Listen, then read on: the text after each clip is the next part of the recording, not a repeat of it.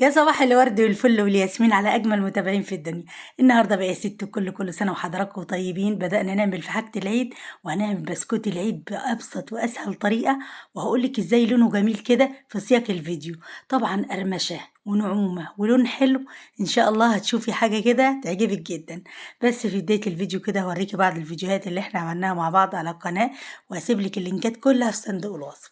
بس قبل ما نبدأ الفيديو انتوا كلكم عارفين لازم نسمي الله ونصلي على الرسول. بسم الله الرحمن الرحيم. اللهم صل وسلم وبارك على سيدنا محمد أفضل خلق أجمعين. السلام عليكم محترمي اليوتيوب، لايك وشير وسبسكرايب للصفحة مميزة. تمنى يا جماعة تشيروا الفيديو ده على قد ما تقدروا علشان تعم الفائدة للجميع. ولو بتشاهدوني من على التيك توك أتمنى تنوروني على قناتي على اليوتيوب، هكون سعيدة جدا بيكم. ولو مش عارفين تخشوا القناة ازاي، هتخشوا على الصفحة الرئيسية بتاعة التيك توك، هتلاقي كلمة اليوتيوب، اضغطش عليها هتوصلك للقناة على طول. وقناة اسمها الوصفة المميزة مع تغريدة الصباح. ويلا بينا على الفيديو السهل البسيط الممتع جدا. مبدئيا كده احنا معانا سمنة. طبعا كام جرام سمنة؟ معانا 400 جرام من السمنة، عليهم 300 جرام من السكر البودرة. خلي بالك يا ست الكل، المقادير البسكوتات والحاجة العيد دي يفضل ان هي تكون بالميزان مش بالكوباية خالص.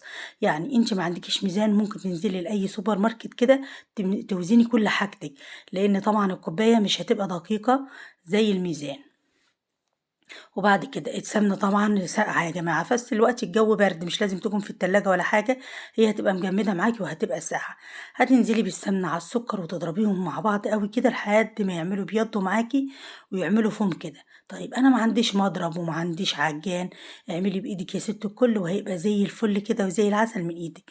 تنك اعملي بايدك كده وفركي كده لحد ما الخليط يبيض معاكي ويندمج كله في بعضه، وهيبقى زي الفل معاكي برضه، وهتاخدي احسن نتيجة.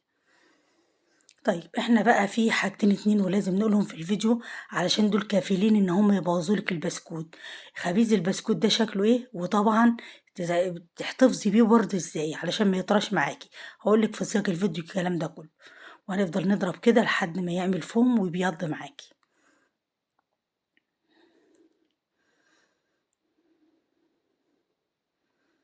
بعد ما عمل ابيض زي ما انت شايفه كده، طبعا بتجيبي الجوانب، لازم نجيب الجوانب كويس قوي علشان تضمني ان الخليط معاكي ايه، انضرب كويس.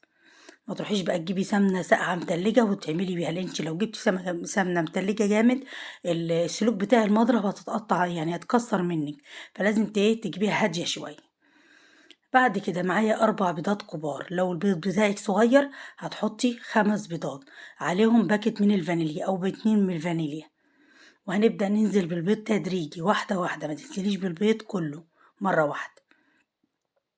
انا بقولك يا ست الكل، لو وصلتي المقطع ده يا ريت تحطي لايك، ولو ما اشتركتيش هكون سعيده جدا باشتراكك، وهكون اسعد لو بعتيلي اي كومنت كده من ايدك، هيبقى زي العسل والسكر. يعني وجه مبتسم كده او ورده جميله زيك هيسعدني كتير. وحابه الله يشكركم كتير كتير قوي كده على الكومنتات والدعوات الحلوه اللي فعلا بتفتح نفسي للشغل. ربنا يا رب تكونوا في حياتي اجمل اخوات في الدنيا، والله ما في كلام بعد كده يعني هقوله. مش عارفه اشكركم ازاي بصراحه. نرجع الفيديو بتاعنا. شايفين زي ما انت شايفة كده انا بنزل ببيضة بيضة، بس البيض اهم حاجة يكون بدرجة حرارة المطبخ، ما يكونش من التلاجة. وبعد ما البيض كله خلص واختفى بنزل بكيلو من الدقيق.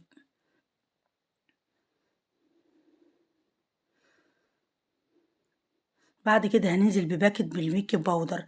الباكت بتاع بيكنج باودر ده كام جرام علشان الناس كلها يا جماعة، مش كل الجرامات زي بعضها. الباكت الجرام ده بيبقى 16 جرام من البيكنج باودر. لو مثلا عندك سايب يبقى هتحطي معلقة كبيرة رامية من البيكنج باودر. عندك نشادر ممكن تحطي معلقة صغيرة مع البيض وانت بتضربيه. لو عندك نشادر هتحطي معلقة صغيرة مع البيكنج باودر برضو. ما عندكيش مش لازم خالص تحطي نشادر، احنا مش هنعمل بنشادر النهاردة. وهنقلب البيكنج باودر كويس قوي في الدقيق.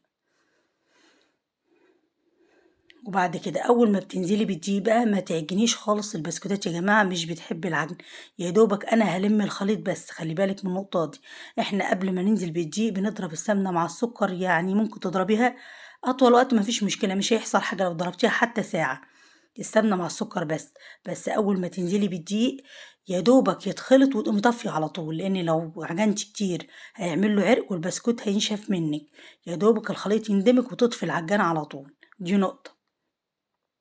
طيب نرجع بقى للخبيز البسكوت بتاعنا عامل ازاي. البسكوت علشان تاخدي اللون اللي انت شفتيه في بداية الفيديو، لونه ذهبي كده وغامق وجميل، هتعملي ايه؟ هتهدي الفرن على الآخر. يعني انا عاملاه يا جماعة على درجة حرارة 120، رافعة كمان الشبكة لفوق خالص علشان يستوي على نار هادية كده، يبقى مقرمش كده وتتكسر معاكي كده، يفقش ويكسر معاكي. طيب درجة حرارة 120 دي انا قلت لكم يعني هادية جدا جدا جدا. بس بسخن الفرن قبلها ب10 دقايق على العالي، على أعلى حاجة عندك.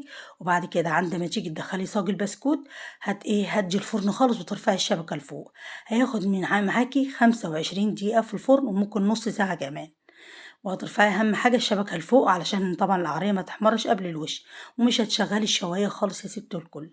بعد كده بجيب الصاج بتاعي وادهنه دهنة كويسة من الزيت قبل ما احط البسكوت. وزي ما انت شايفة يا ست الكل بعمل بالمكنة كده. طبعًا البسكوت ده يا جماعة ما ينفعش يتعمل بكيس، لإنه طبعًا العجينة بتاعته قاسية. ممكن تبططيها على كيس كده، كيس تحت وكيس فوق، وتبدئي تقطعيها بقطاعة أو بسكينة لو أنتِ حابة ما عندكيش مكنة.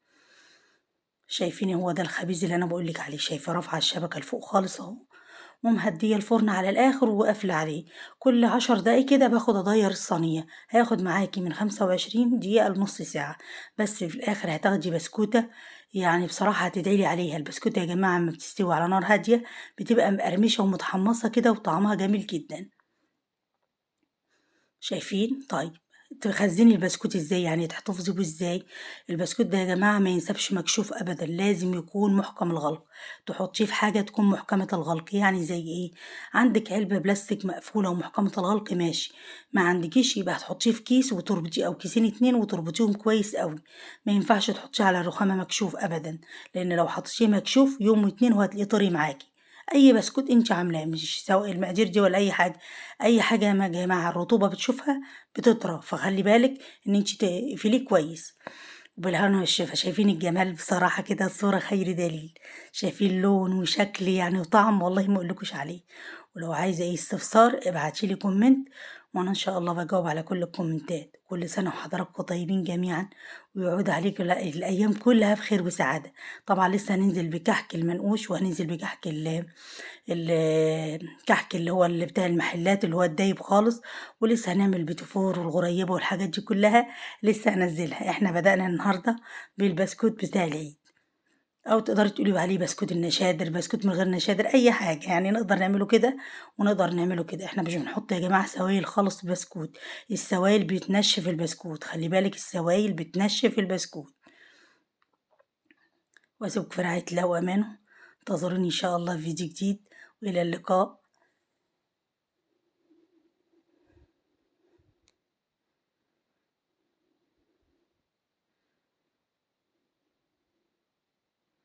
والسلام عليكم ورحمة الله وبركاته.